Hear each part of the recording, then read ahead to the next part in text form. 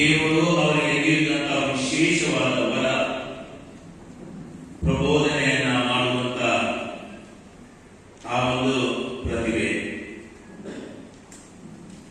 ದೇವರ ವಾಕ್ಯವನ್ನು ಅರ್ಥಗರ್ಭಿತವಾಗಿ ಅದರ ಮೂಲಾರ್ಥವನ್ನು ತಿಳಿದು ಜನರಿಗೆ ಬಿಡಿಸಿ ಅವರದ್ದೇ ಆದ ಮಾತಿನಲ್ಲಿ ಹೇಳುವಂತ ವಿಶೇಷವಾದ ವಾಕ್ಚಾತುರ್ಯ ಇವರಿಗಿತ್ತು. ಅದಕ್ಕಾಗಿ ಬೇರೆ ಬೇರೆ ಪ್ರದೇಶಗಳಿಂದ, ಬೇರೆ ಬೇರೆ ಧರ್ಮ ಕೇಂದ್ರಗಳಿಂದ ಜನರು ಬರ್ತಾ ಇದ್ರು. ಇವತ್ತಿನ ವಾಚನಗಳು ನಮಗೆ ವಿಶೇಷವಾಗಿ ಮೂರನೇ ವಾಚನ ಶುಭ ಸಂದೇಶ ನಮಗೆ ತಿಳಿಸ್ತಾ ಇದೆ. ಒಬ್ಬ ಪ್ರಬೋಧಕನು ಹೇಗಿರಬೇಕು. ಯೇಸು ತಮ್ಮ ಶಿಷ್ಯರನ್ನ ಕರೆದು ಅವರಿಗೆ ಇಬ್ಬಿಬ್ಬರನ್ನಾಗಿ ಕಳುಹಿಸಿದರು. ಅವರು ದಾರಿಯಲ್ಲಿ ಹೋಗ್ತಿರ್ಬೇಕಾದ್ರೆ ಏನನ್ನ ತೆಗೆದುಕೊಂಡು ಹೋಗಬೇಡಿ, ಬರೀ ಕೈಯಲ್ಲೇ ಹೋಗಿ ಎಂಬುದಾಗಿ ಆಜ್ಞೆಯನ್ನ ನೀಡಿದರು. ಮತ್ತು ಎಲ್ಲಿ ಹೋಗಿ ಪ್ರಬೋಧನೆಯನ್ನ ಮಾಡಬೇಕು, ಮಾಡುವವರಲ್ಲಿ 3 ಲಕ್ಷಣಗಳು ಇದ್ದಿರಬೇಕು. ಮೊದಲನೇದಾಗಿ ಅವರಲ್ಲಿ ಇರಬೇಕಾದಂತಹ ಗುಣಲಕ್ಷಣ, ಅವರು ಇಬ್ಬಿಬ್ಬರಾಗಿ ನಡಿಬೇಕು. ಒಟ್ಟಿಯಾಗಿ ಹೋಗುವುದಕ್ಕೆ ಕೂಡದು, ಇಬ್ಬರಾಗಿ ಹೋಗಬೇಕು, ಜಂಟಿಯಾಗಿ ನಡಿಬೇಕು. ಆ ಎರಡನೇ ವ್ಯಕ್ತಿ ಯಾರು? ಎರಡನೇ ವ್ಯಕ್ತಿ ಪ್ರಭು ಯೇಸು ಕ್ರಿಸ್ತರು. ನೀವು ಪ್ರಬೋಧನೆಯನ್ನ ಮಾಡಬೇಕಾದ್ರೆ ಇಬ್ಬಿಬ್ಬರಾಗಿ ನಡೆಯಿರಿ. ಪ್ರಭು ಯೇಸು ಕ್ರಿಸ್ತರನ್ನೇ ಹೆಜ್ಜೆ ಇಡಿ. ಧರ್ಮಸಭೆಯ ಜೊತೆಯಲ್ಲಿ ನಡೆಯಿರಿ. ಎರಡನೇ ವ್ಯಕ್ತಿ ಧರ್ಮಸಭೆ. ಧರ್ಮಸಭೆಯ ಜೊತೆಯಲ್ಲಿ ನೀವು ನಡೆಯಿರಿ. ನಿಮ್ಮ ಗುರುಗಳ ಜೊತೆಯಲ್ಲಿ ನೀವು ನಡೆಯಿರಿ. ಆ ಎರಡನೇ ವ್ಯಕ್ತಿ ಆತನು. ಇಬ್ಬಿಬ್ಬರಾಗಿ ನೀವು ಹೋಗಿರಿ. ಎರಡನೇ ಲಕ್ಷಣ ಅವರಿಗೆ ಇರಬೇಕಾಗಿದ್ದು, ಹೋಗ್ತಿರ್ಬೇಕಾದ್ರೆ ಏನನ್ನ ತೆಗೆದುಕೊಂಡು ಹೋಗಬೇಡಿ. ಆದರೆ ಮಾತನ್ನು ತನ್ನ ಶುಭ ಸಂದೇಶದಲ್ಲಿ ನಮಗೆ ತಿಳಿಸ್ತಾ ಇದ್ದಾನೆ. 2 ವಸ್ತುಗಳನ್ನ ನೀವು ತೆಗೆದುಕೊಂಡು ಹೋಗಬಹುದು. ಜೋಳಿಗೆಯನ್ನಾಗಲಿ, ಹಣವನ್ನಾಗಲಿ, 2 ಅಂಗಿಗಳನ್ನಾಗಲಿ, ಬೇಕಾದ ಊಟವನ್ನಾಗಲಿ ತೆಗೆದುಕೊಂಡು ಹೋಗಬೇಡಿ. ಆದರೆ ನಿಮಗೆ ಬೇಕಾದಂತಹ ದಂಡವನ್ನ ತೆಗೆದುಕೊಳ್ಳಬಹುದು. ನಿಮ್ಮ ಪಾದರಕ್ಷೆಗಳನ್ನ ನೀವು ಧರಿಸಬಹುದು. ಅಂದರೆ ಅರ್ಥ ಏನು? ಅಂದರೆ ನೀವು ಹೋಗ್ತಿರ್ಬೇಕಾದ್ರೆ ಕುರಿಗಾರಿಗಳಾಗಿ ಹೋಗಿ, ಸಾಮಾನ್ಯ ವ್ಯಕ್ತಿಗಳಲ್ಲ, ಕುರಿಗಾರಿಗಳಾಗಿ ಈ ದಂಡದ ಬಗ್ಗೆ, ಈ ಪಾದರಕ್ಷೆಗಳ ಬಗ್ಗೆ ಹೇಳಬೇಕಾಗಿದೆ. ನಂತರ ತಿಳಿಸ್ತೇನೆ. ಮೂರನೇ ಲಕ್ಷಣ ಅಂದರೆ ಎರಡನೇ ಲಕ್ಷಣ, ಯಾವುದೇ ವಸ್ತುಗಳ ಮೇಲೆ ನಿಮ್ಮ ವಿಶ್ವಾಸ ಇಲ್ಲದೆ ಇರಲಿ. ದೇವರಲ್ಲಿ ವಿಶ್ವಾಸ ಇಟ್ಟುಕೊಂಡು ಹೋಗಿ. ಅಷ್ಟು ಅಡೆತಡೆ ಅವುಗಳು ನಿಮ್ಮನ್ನ ತಡೆಯುತ್ತವೆ. ನಿಮ್ಮ ನಡುಗೆಯನ್ನ ನಿಧಾನಗೊಳಿಸುತ್ತವೆ. ನೀವು ಸರಾಗವಾಗಿ ನಡೆಯಬೇಕು. ಆದರೆ ನಿಮ್ಮಲ್ಲಿ ಭಾರವಾದ ಹೊರೆ ಇರುವುದಕ್ಕೆ ಕೂಡದು. ಶಿಖರಗಳನ್ನ ಏರುವುದಕ್ಕೂ, ಬೆಟ್ಟಗಳನ್ನ ಇಳಿಯುವುದಕ್ಕೂ, ಇಳಿಜಾರು ಪ್ರದೇಶದಲ್ಲಿ ನಡೆಯುವುದಕ್ಕೂ ನಿಮ್ಮಲ್ಲಿ ಎಷ್ಟು ಹಗುರ ಲಗೇಜಿದೆ ಅಷ್ಟು ಒಳ್ಳೆಯದು. ಮತ್ತು ಹೊಸ ಒಡಂಬಡಿಕೆಯಲ್ಲಿ ಇನ್ನೊಬ್ಬ ಹಳೆ ಒಡಂಬಡಿಕೆಯ ಮೋಶೆ ಏನ್ ಮಾಡ್ತಾನೆ? ಆ ಉರಿತಿರುವಂತ ವೃಕ್ಷವನ್ನ ನೋಡಿ, ಮರವನ್ನ ನೋಡಿ ಅಲ್ಲಿ ದೈವದರ್ಶನವನ್ನ ಪಡೆಯುತ್ತಾನೆ. ನೀನು ಈ ಕೋಲನ್ನ ತೆಗೆದು, ನಿನ್ನ ಕೈಯಲ್ಲಿ ಕೋಲಿದೆ, ಯಾಕೆಂದರೆ ಆತನು ಕುರಿಗಾರಿಯಾಗಿದ್ದನು. ನೀನು ಈ ಕೋಲನ್ನ ತೆಗೆದುಕೋ, ಅದನ್ನ ಕೆಳಗೆ ಹಾಕಿದ ತಕ್ಷಣ ಅದು ಹಾವಾಯಿತು. ಅದನ್ನ ಬಾಲವನ್ನ ಹಿಡಿ ಅಂದಾಗ ಕೈಯಲ್ಲಿ ಕೋಲಾಗಿ ಪರಿವರ್ತನೆ ಆಯಿತು. ಈ ಕೋಲನ್ನ ತೆಗೆದುಕೊಂಡು ನೀನು ಫೆರೋ ಅರಸನ ಕಡೆಗೆ ಹೋಗು, ಐಗುಪ್ತ ದೇಶಕ್ಕೆ ಹೋಗು, ನೀಡುವಂತ ವಾಗ್ದಾತ ಭೂಮಿಗೆ ಅವರನ್ನ ಕರೆದುಕೊಂಡು ಹೋಗುವಂತ ಜವಾಬ್ದಾರಿಯನ್ನ ನೀನು ವಹಿಸಬೇಕು. ಅದಕ್ಕಾಗಿ ದಂಡ ಬಹಳ ಮುಖ್ಯ. ಇದನ್ನ ತೆಗೆದುಕೊಂಡು ನಡೆಯುವುದಾಗಿ ಆತನನ್ನು ಕಳುಹಿಸಿದಾಗ ಆ ದಂಡವನ್ನ ತೆಗೆದುಕೊಂಡು ಆತನು ಫೇರೋಸನ ಅರಮನೆಗೆ ಹೋಗ್ತಾನೆ. ಅಲ್ಲೆಷ್ಟೋ ಪವಾಡಗಳನ್ನು ಮಾಡಿ ಕೊನೆಗಂದು ಅರಸನ ಸೋಲಿಸಿ ಆ ದಂಡದಿಂದ ಆತನು ತೆಗೆದುಕೊಂಡು ಇಡೀ ಅಲ್ಲಿಂದ ಈ ಇಸ್ರಾಯೇಲ್ ಜನರನ್ನ ಆತನು ಹೊರಗೆ ತರ್ತಾನೆ. ಮಾತ್ರವಲ್ಲ, ಆತನ ಬೆನ್ನ ತೆಗೆದುಕೊಂಡು ಈ ಫೇರೋಸನ ಸೈನ್ಯ ಬಂದಾಗ ಆತನು ಸಮುದ್ರವನ್ನ ಎರಡು, ಈ ಮರುಭೂಮಿಯಲ್ಲಿ ನೀರಿಲ್ಲದೆ ಇದ್ದಾಗ ಬಂಡೆಕಲ್ಲಿಂದ ನೀರು ಕೊಟ್ಟವನು ಆತನು ಅದೇ ಕೋಲಿನಿಂದ. ವಿಷ ಜಂತುಗಳು ಅವರನ್ನ ಕಚ್ಚಿದಾಗ ಆ ಕಂಚಿನ ಸರ್ಪವನ್ನ ಎತ್ತಿದ್ದು ಕೂಡ ಅದೇ ಕೋಲಿನಿಂದ. ಮುಂದಕ್ಕೆ ಆ ಕೋಲು ಆತನು ತಾನು ವಾಗ್ದಾತ ಭೂಮಿಗೆ ಹೋಗುವುದಕ್ಕೆ ಸಾಧ್ಯವಿಲ್ಲ ಅಂದಾಗ ಆ ಕೋಲನ್ನು ಆತನು ತನ್ನ ಸಹಾಯಕನಿಗೆ ಕೊಟ್ಟು ಇಲ್ಲಿಂದ ಮುಂದಕ್ಕೆ ತಂದುಕೊಂಡು ಒಯ್ಯುವುದಾಗಿ ಒತ್ತಾಯಿಸಿರುತ್ತಾನೆ ಅದೇ ಕೋಲನ್ನ. ಪ್ರಭು ಕ್ರಿಸ್ತರ ಶುಭ ಸಂದೇಶವನ್ನ ಸಾರುವಂತಹದ್ದು ಅದು ನಮಗೆಲ್ಲರಿಗೂ ನೀಡಿದಂತ ಆದೇಶ. ನಾವೆಲ್ಲಿ ಒಳಗೆ ಕುಳಿತುಕೊಂಡಂತವರು, ದೀಕ್ಷಾ ಸ್ನಾನ ಪಡೆದಂತವರು ನಾವೆಲ್ಲರೂ ಕೂಡ ಯಾಜಕರು. ನಾವಿಲ್ಲಿ ಪೀಠದ ಮೇಲೆ ಇದ್ದಂತವರು ಮಾತ್ರ ಯಾಜಕರಲ್ಲ, ನೀವು ಕೂಡ ಮಹಿಳೆಯರು, ಮಕ್ಕಳು ಮತ್ತು ನೀವು ಹಿರಿಯರು ಎಲ್ಲರೂ ನೀವು ಯಾಜಕರು. ಯಾಜಕತ್ವದಲ್ಲಿ 3 ಅಂಶಗಳಿವೆ, 3 ಹಂತಗಳಿವೆ. ಮೊದಲನೆಯದು ಸಾಮಾನ್ಯ ಯಾಜಕತ್ವ, ಎರಡನೆಯದು ಸೇವಾ ಯಾಜಕತ್ವ ಮಿನಿಸ್ಟೀರಿಯಲ್ ಪ್ರೀಸ್ಟ್ಹುಡ್, ಮತ್ತು ಮೂರನೆಯದು ಪರಿಪೂರ್ಣ ಯಾಜಕತ್ವ ಫುಲ್ನೆಸ್ ಆಫ್ ಪ್ರೀಸ್ಟ್ಹುಡ್. ನೀವು ಇಲ್ಲಿ ಕುಳಿತುಕೊಂಡಂತವರು ಎಲ್ಲರೂ ಕೂಡ ದೀಕ್ಷಾ ಸ್ನಾನವನ್ನು ಪಡೆದಿದ್ದೀರಿ. ದೀಕ್ಷಾ ಸ್ನಾನದ ಮೂಲಕ ನಾವೆಲ್ಲರೂ ಸಾಮಾನ್ಯ ಯಾಜಕತ್ವದಲ್ಲಿ ಭಾಗಿಯಾಗಿದ್ದೇವೆ. ಪ್ರಭು ಕ್ರಿಸ್ತರ ಸಾಮಾನ್ಯ ಯಾಜಕತ್ವದಲ್ಲಿ ನಾವೆಲ್ಲರೂ ಭಾಗಿ. ಅದಕ್ಕಾಗಿ ನಿಮಗೂ ಕೂಡ, ಪ್ರತಿಯೊಬ್ಬರಿಗೂ ಕೂಡ ಈ ಆದೇಶ ಅನ್ವಯಿಸುತ್ತದೆ.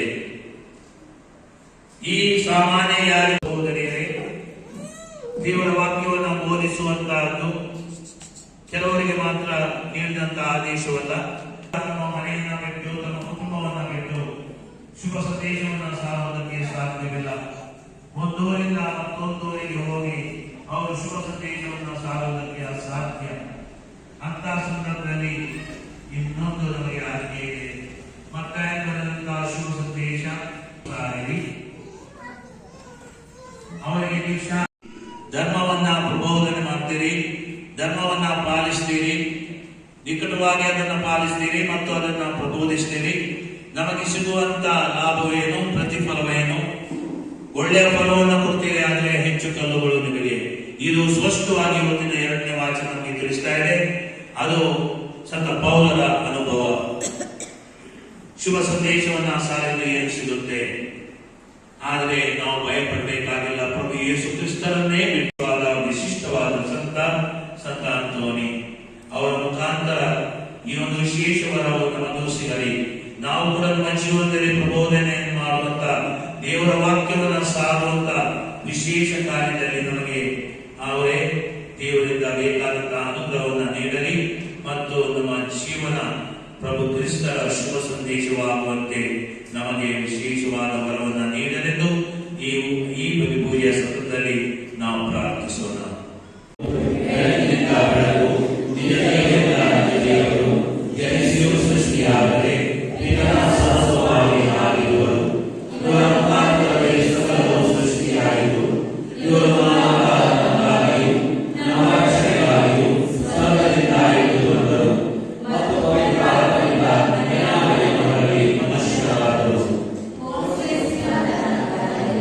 ನಮಗಾಗಿ ಶಿಲುಬೆಗೆ ಏರಿಸಲ್ಪಟ್ಟು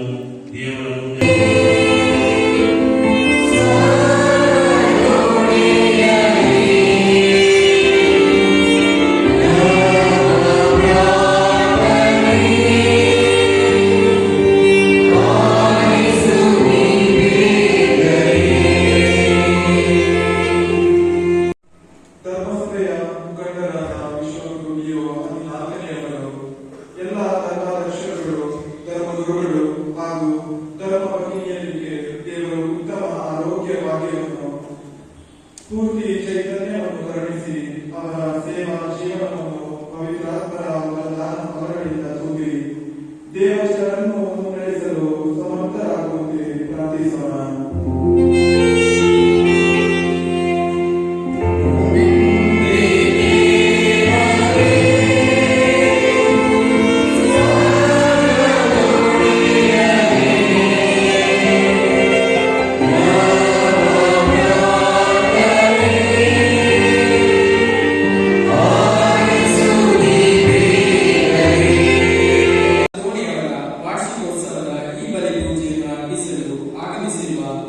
ಧರ್ಮಾಧ್ಯಕ್ಷರಾದ ಪರಮ ಪೂಜ್ಯ ಫ್ರಾನ್ಸಿಸ್ ಸೆರಾವೋ ಅವರಿಗಾಗಿಯೂ 3 ದಿನಗಳ ನವೇನ ಬಲಿ ಪೂಜೆಯನ್ನು ಅರ್ಪಿಸಿ ನಮ್ಮನ್ನು ಆಧ್ಯಾತ್ಮಿಕ ಜೀವನದೆಡೆಗೆ ಕೊಂಡೊಯ್ದ ಗುರುವರಿಯರು ನಮ್ಮ ಸಂತೋಷದಲ್ಲಿ ಒಂದಾಗಲು ಹಾಗೂ ಬಲಿ ಅರ್ಪಿಸಲು ಇಲ್ಲಿ ನೆರೆದಿರುವ ಎಲ್ಲ ಗುರುಗಳು, ಕನ್ಯಾ ಭಗಿನಿಯರು ಹಾಗೂ ಭಕ್ತಾದಿಗಳು ಸಂತ ಅಂತೋಣಿಯವರ ವಿಜ್ಞಾನದಿಂದ ದೇವರ ಅಮೋಘವರ ಪ್ರಸಾದಗಳಿಂದ ಆವರಿಸಲ್ಪಡುವಂತೆ ಪ್ರಾರ್ಥಿಸೋಣ.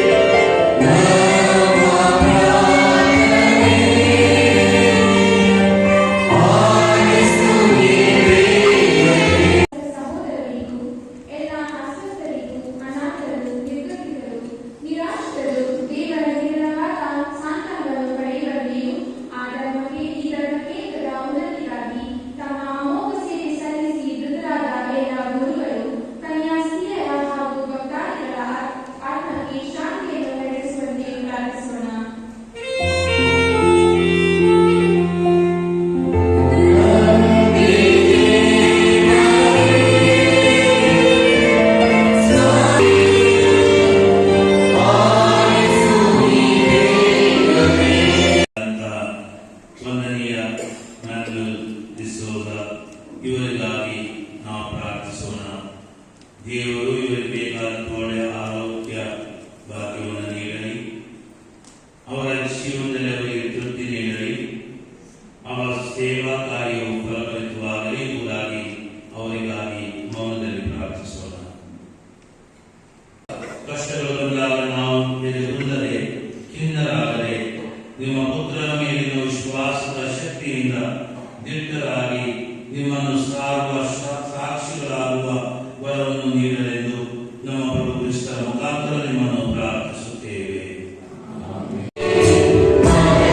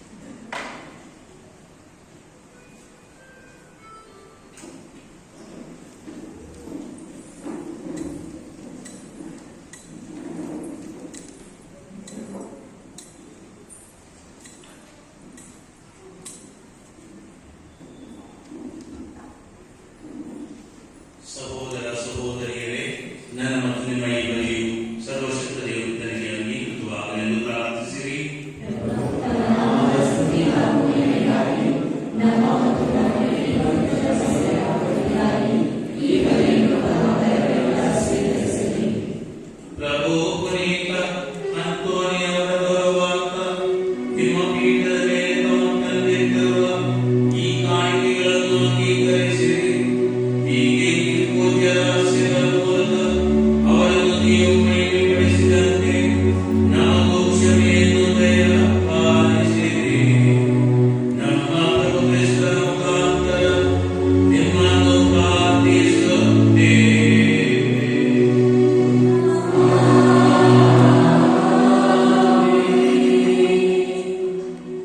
ಪ್ರಭು ನಿಮ್ಮೊಡನೆ ಇರಲಿ.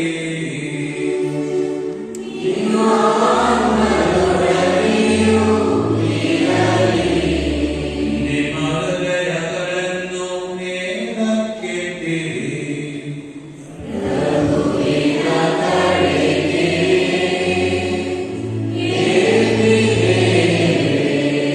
ನಮ್ಮ ಪ್ರಭು ದೇವರಿಗೆ ಕೃತಜ್ಞತೆಯನ್ನು ಸಲ್ಲಿಸೋಣ.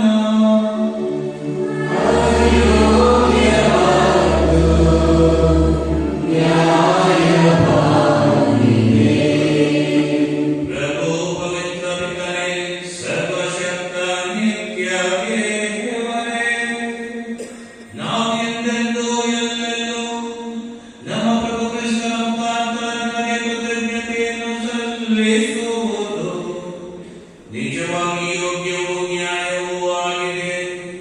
ನಮ್ಮ ಕರ್ತವ್ಯವೂ ರಕ್ಷಣೆಯೂ ಆಗಿದೆ. ಏಕೆಂದರೆ ನಿಮ್ಮ ಸಂತ ಅಂತೋನಿಯವರ ಹಬ್ಬದಂದು ನಿಮ್ಮ ಧರ್ಮಸ್ಥೆ ಆಶಿಕೊಳ್ಳುವಂತೆ ಆದೇಶಿಸುತ್ತೀರಿ.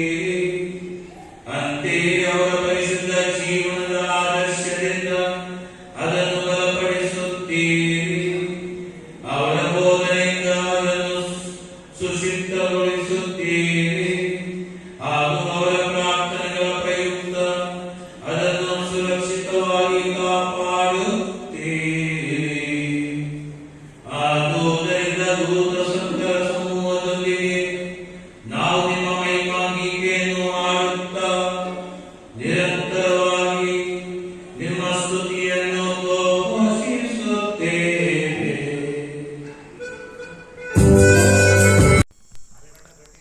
ഈ വീഡിയോ കണ്ടതിന് നന്ദി. ദയവായി സബ്സ്ക്രൈബ് ചെയ്യുക. വീണ്ടും അടുത്ത വീഡിയോയിലൂടെ നമുക്ക് കാണാം.